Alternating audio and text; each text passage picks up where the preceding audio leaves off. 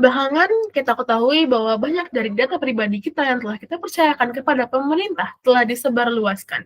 Hal ini membuat saya bertanya-tanya, pemerintah kita menggunakan IDS jenis apa untuk mengamankan data-data milik warganya?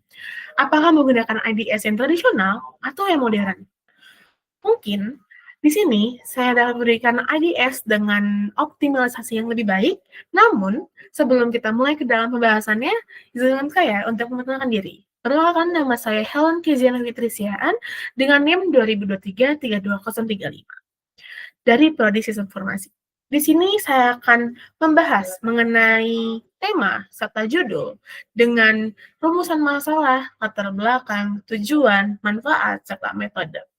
Untuk tema, saya menggunakan cybersecurity dalam sistem informasi.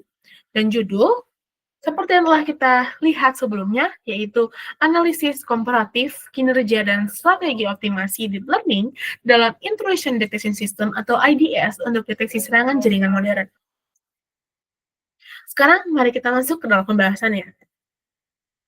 Seperti yang kita tahu, evolusi teknologi termasuk CI atau Critical Infrastructure dan IoT alias Internet of Things telah meningkatkan kerentanan jaringan terhadap serangan cyber yang lebih canggih. IDS Signature-Based atau IDS berbasis tanda tangan merupakan IDS yang sudah tradisional dan kini telah usang karena gagal mendeteksi serangan zero day atau yang terobfuskasi alias serangan yang tersamarkan. Solusinya adalah dengan beralih ke anomaly-based IDS, menggunakan deep learning seperti CNN alias Convolutional Neural Network dan LSTM alias Long Short Term Memory yang unggul dalam mengekstrak fitur dari raw network traffic. Meskipun deep learning menawarkan akurasi yang tinggi, implementasi real-time IDS menghadapi dua masalah kritis. Yang pertama adalah class imbalance pada dataset seperti CI/CD S2017 menyebabkan recall rendah pada serangan minoritas seperti U2R dan infiltration. Dan juga training time deep learning atau waktu pelatihan deep learning jauh lebih lama, jauh lebih besar daripada machine learning seperti chart atau RIF, dan ini mengganggu efisiensi operasional. Inilah menjadi latar belakang saya. Kemudian, bagaimana dengan rumusan masalahnya? Saya memiliki dua rumusan masalah. Yang pertama adalah bagaimana perbandingan kinerja antara algoritma deep learning dan machine learning dalam mendeteksi serangan jaringan multi-kelas menggunakan dataset benchmark yang modern. Untuk kinerjanya, saya menggunakan akurasi, presisi, recall makro, advanced score, dan training time. Untuk algoritma deep learning, yang pertama ada CNN atau Convolutional Neural Network, kemudian LSTM yaitu Long Short Term Memory, kemudian untuk algoritma machine learning, saya menggunakan dua, yaitu chart dan RIF. Untuk chart sendiri merupakan classification and regression trees, kemudian untuk RIF merupakan random forest. Kemudian untuk benchmark atau sebagai tolak ukur dari dataset, saya menggunakan CI/CD S2017 yang berbase atau berasal dari Canadian Institute Intrusion Detection System 2017. Kemudian untuk rumusan masalah yang kedua yaitu strategi optimasi data mana yang paling efektif dalam menanggulangi masalah class imbalance pada dataset CI/CD S2017. Untuk secara signifikan meningkatkan recall dan advanced score serangan minoritas tanpa meningkatkan false positive rate. Di sini untuk optimasi data seperti feature selection atau oversampling misalnya smooth, dan juga untuk false positive rate dapat disingkat dengan FPR.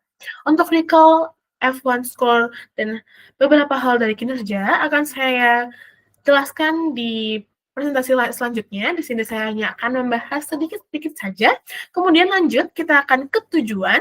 Untuk tujuannya ada dua. Yang pertama, melakukan evaluasi benchmarking komprehensif terhadap algoritma deep learning dan machine learning pada dataset CI/CD S2017. Dan juga membandingkan kinerja berdasarkan metrik multi-kriteria termasuk efisiensi waktu dan macro measure atau pengukuran makro. Untuk tujuan yang kedua yaitu mengembangkan dan menguji strategi optimasi data untuk meningkatkan kemampuan model dalam mendeteksi serangan minoritas sekaligus menjaga false positive rate yang tetap rendah. Untuk manfaat, ada dua. Yang pertama adalah manfaat akademis dan manfaat praktis. Kita akan bahas yang pertama.